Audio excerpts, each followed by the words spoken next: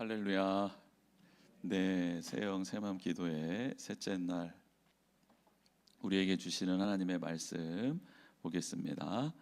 하나님의 말씀은 사도행전 1장 12절에서 14절까지 말씀과 2장 1절 말씀입니다. 먼저 사도행전 1장 12절부터 14절까지 세 절의 말씀을 우리 같이 한번 읽어보겠습니다. 시작. 제자들이 감람원이라 하는 산으로부터 예루살렘에 돌아오니 이 산은 예루살렘에서 가까워 안식일에 가기 알맞은 길이라. 들어가 그들이 유하는 다락방으로 올라가니 베드로, 요한, 야고보, 안드레와 빌립, 도마와 바돌로메, 마테와 및 알페오의 아들 야고보, 셀롯인 시몬, 야고보의 아들 유다가 다 거기 있어 여자들과 예수의 어머니 마리아와 예수의 아우들과 더불어 마음을 같이하여 오로지 기도에 힘쓰더라. 아멘. 2장 1절 말씀도 같이 한번 읽어보겠습니다. 시작. 오순절 날이 이미 이름에 그들이 다 같이 한 곳에 모였더니. 아멘. 오늘 이 귀한 하나님의 말씀을 통해서 끝까지 남아 있었던 사람들이라는 제목으로 하나님의 은혜의 말씀 또 말씀을 통해 하나님의 뜻을 상고해 보도록 하겠습니다. 한번 제목을 같이 한번 따라 해봤으면 좋겠습니다. 끝까지 남아 있었던 사람들. 네. 그러면서 이제 우리에게 주는 제목에서 주는 교훈이 있죠. 끝까지 남아 있는 제가 되었으면 좋겠습니다. 그런 어떤 고백이 우리 가운데 있었으면 좋겠습니다. 하나님이 원하시는 자리 또 부탁하신 자리가 있죠. 하나님께서 거기서 너가 나를 섬겼으면 좋겠다, 나를 찬양했으면 좋겠다 하는 그런 자리가 있습니다. 그 자리를 끝까지 지키는 게 은혜이죠. 왜냐하면 우리 건강만 조금 나빠져도 상황만 여의치 않아도 우리는 예배의 자리를 또 기도의 자리를 섬김의 자리를 지킬 수 없는 게 우리라는 것을 금방 알고 있잖아요. 그거는 뭐 저희들이 살아오면서 이미 다 체험했습니다. 그래서 끝까지 남아 있는 게 이게 은혜구나. 그리고 그 자리를 잘 신실하게 지켜나갈 수 있는 게 은혜구나라는 것을 알게 됩니다. 오늘 또 이제 찬양을 부르면서 느꼈던 것은 우리 정 목사님이 오시니까 새로운 찬양을 부르게 되는구나 이러면서 되게 좋았어요. 이렇게 숨겨져 있었던 보석 같은 찬양들이 저는 한 3곡 가지고 돌리거든요. 저는 늘 그 마라나타, 나주님의 기쁨 되기 원하네, 뭐 그랬거든요. 성도님들 얼마나 그동안 힘드셨어요. 그 노래가 그냥 저는 인칠 때까지 한 1000번 불러야 된다 생각해요. 오늘 목사님이 오셔가지고 새로운 찬양하는데 그 찬양의 가사가 참 너무 좋네요. 참 이 하나님께서 때를 따라 돕는 은혜 주시고 때를 따라 우리에게 귀한 사람들을 보내주시고 또 그때마다 합당한 은혜를 베풀어 주시는데 얼마나 매 순간순간 감사한지 모르겠습니다. 정말 하나님의 크신 계획 안에 모든 것이 있음을 고백하고 이 모든 것 다 하나님의 것입니다. 하나님으로부터 말미암았고 또 하나님께로부터 진행되어지며 하나님께로 돌아갈 줄 믿습니다 라는 로마서의 고백처럼 그렇게 우리가 하나님 앞에 하나님, 저는 하나님께로부터 왔고 하나님으로부터 말미암아 살아갈 것이며 하나님께로 올라갈 것을 저는 믿습니다 라고 그렇게 세상을 바라보고 나의 오늘 하루를 하나님께 올려드린다면 정말 감사할 것밖에 없겠구나. 그리고 얼마나 때를 따라 하나님께서 나를 도와주시는지를 고백할 수밖에 없겠다라는 생각을 해보게 되었어요. 여러분, 작은 것이지만 그 작은 것 안에 담겨 놓으신, 숨겨 놓으신 하나님의 은혜와 사랑을 발견할 수 있는 눈이 있고 또 고백할 수 있는 입술이 있기를 주님의 이름으로 축복합니다. 예수님을 따르는 많은 사람들이 있었습니다. 위기 앞에 끝까지 남아서 응답한 사람은 그런데 많지 않았습니다. 오늘 말씀에 빌리자면 단지 120명의 사람들만 끝까지 남아서 예수님의 부르심에 응답했습니다. 응답은 그래서요, 인내심이 있어야 합니다. 응답 안에는 인내심이 들어가 있는 거예요. AI 등장으로 세상은 더 지금 급변하고 있지요. 한 세기를 거쳐서 변화되었던 세상이 불과 10여 년 혹은 몇 년 안에 변화되고 있으니 우리는 세상의 변화에 적응하기 바쁜 시대를 지금 살아가고 있는 것이 분명합니다. 어떻게 하지? 내 직장도 없어지지 않을까? 내가 할 일을 AI가 대체하지 않을까라는 불안감도 있죠. 빠르게 변하는 세상, 수많은 정보들이 우리 가운데 다가오며 우리는 선택을 강요받고 있습니다. 세상에서 인내심을 가지고 오래 참는 것이 어찌 보면 이제는 사라져야 될 것 같은 그런 성품같이 느껴집니다. 그러나 가장 소중한 가치들은 인내함과 오래 참음 그리고 무한 반복에서 그 빛을 발한다라는 것을 우리는 알고 있죠. 세상에서 가장 어렵지만 가치 있는 일이 무엇일까 곰곰이 생각해 봤는데요. 그것은 바로 생명을 생명답게 양육하는 것이구나라는 것을 깨닫게 되었습니다. 여러분, 자녀가 태어나면 일단 막대한 시간과 에너지가 그에게 쏟아집니다. 소모가 되죠.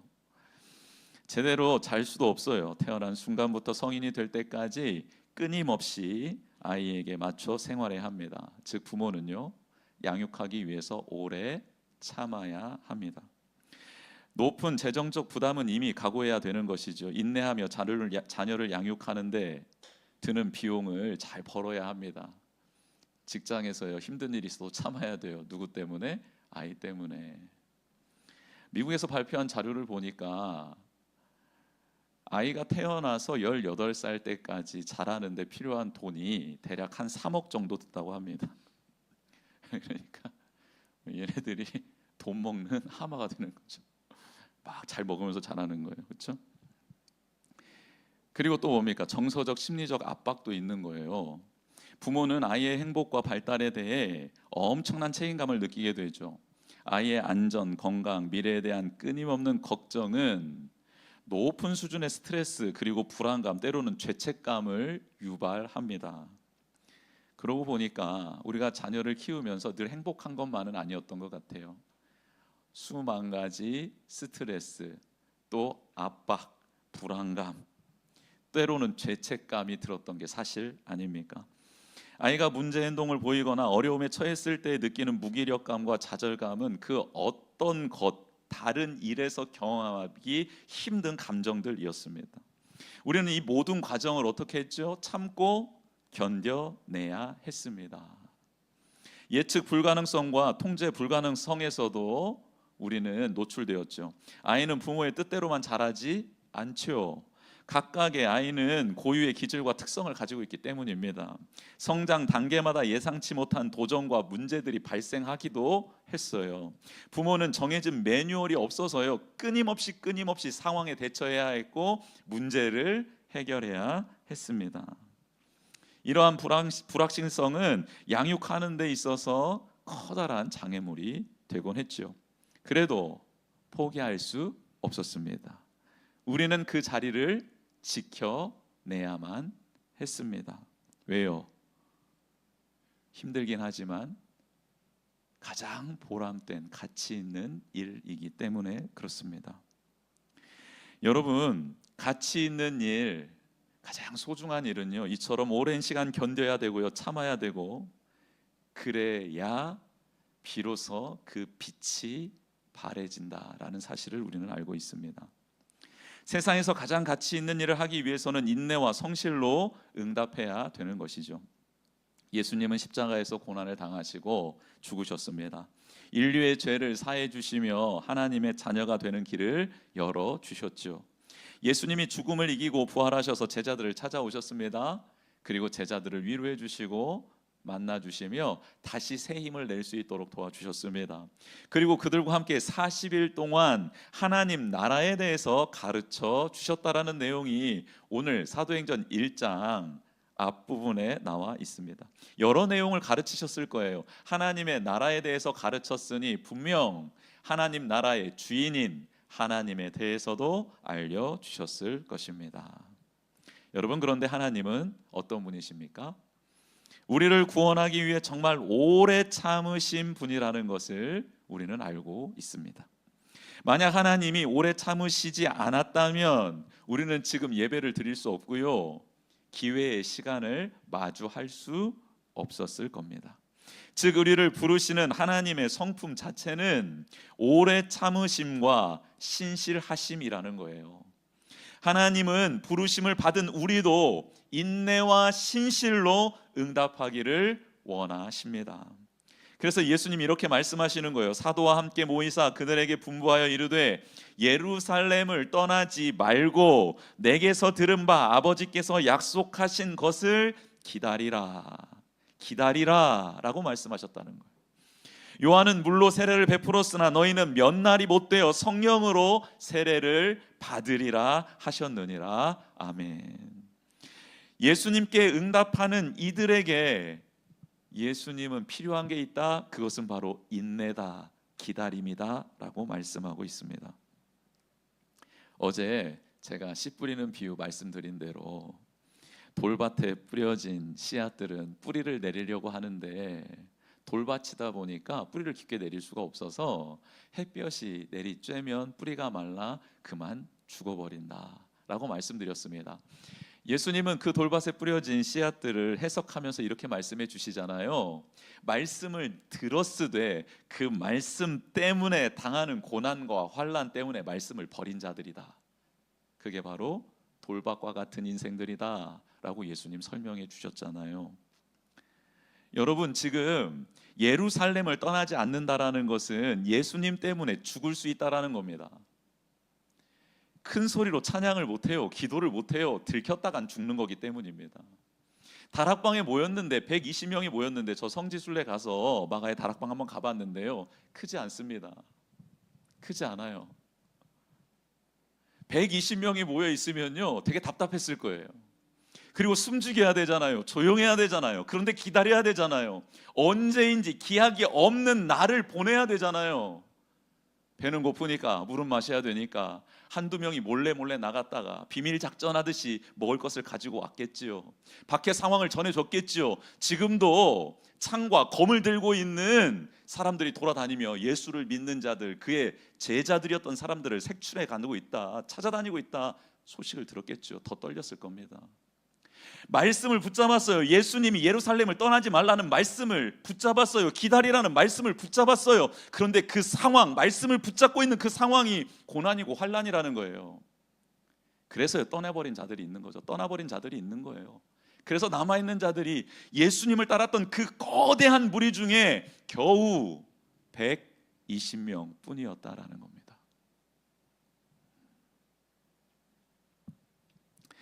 예수님께서는 십자가에서 참으시고 인내하심으로 하나님의 뜻을 완성하셨죠. 12군단, 12두령이나 되는 천사들을 예수님이 동원하지 못해서가 아닙니다. 하나님의 뜻을 이루기 위하여 말씀을 붙잡은 예수님은 하나님께 응답하고 있는 중이죠.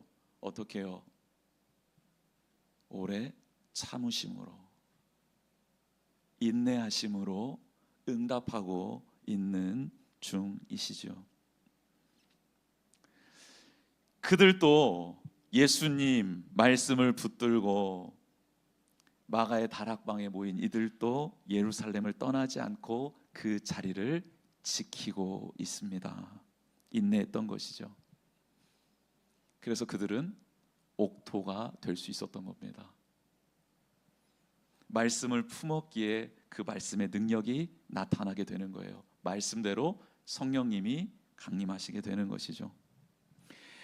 마가의 다락방에 모여 있었던 사람들, 이름 없는 사람들입니다. 권력과 힘이 있었던 사람들이 아니었어요.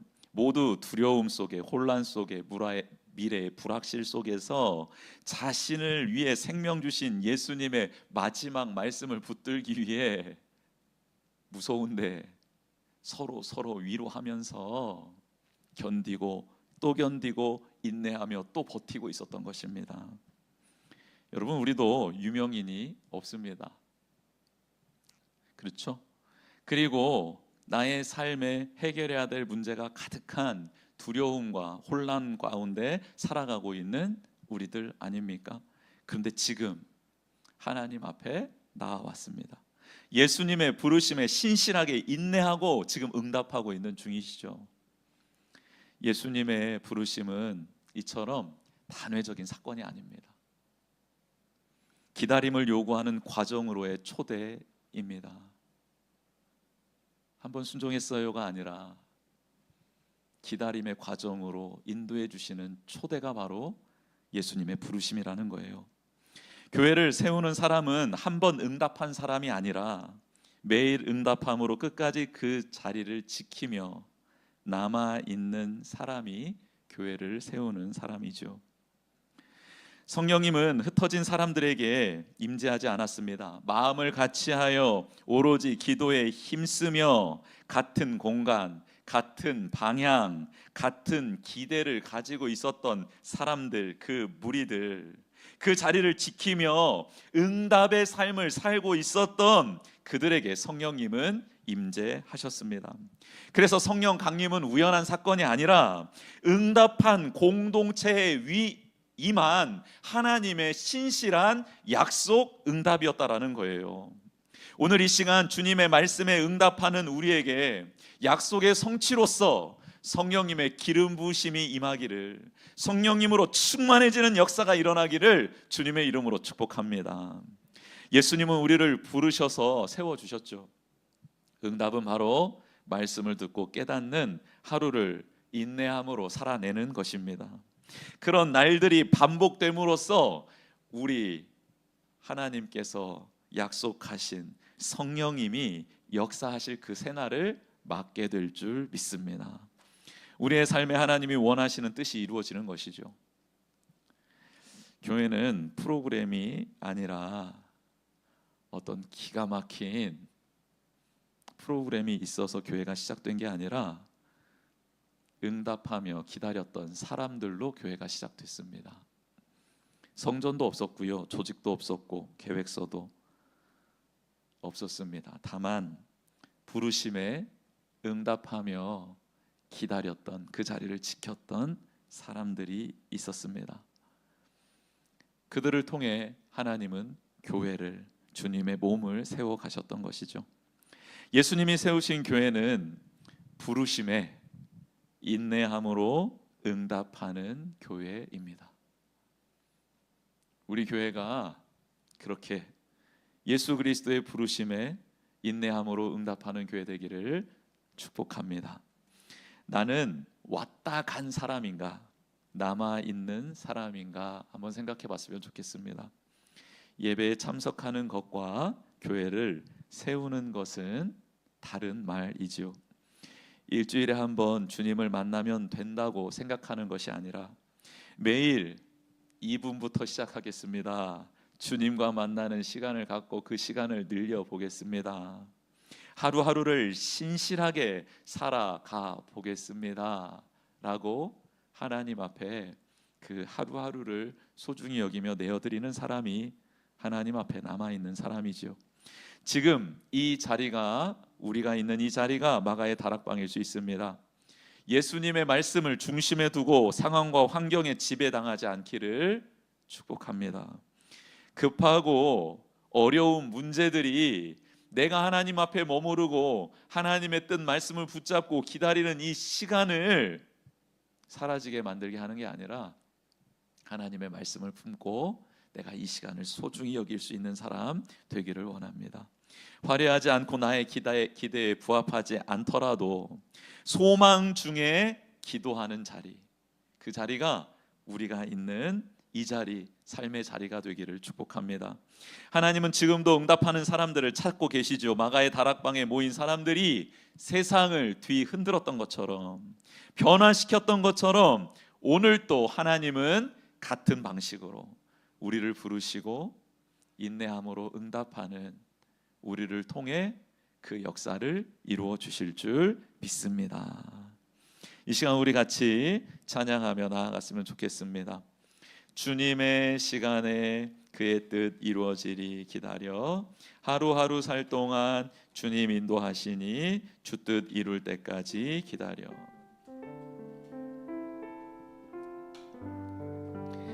주님, 제가 주님의 부르심 앞에 이리저리 방황하거나 급하고 또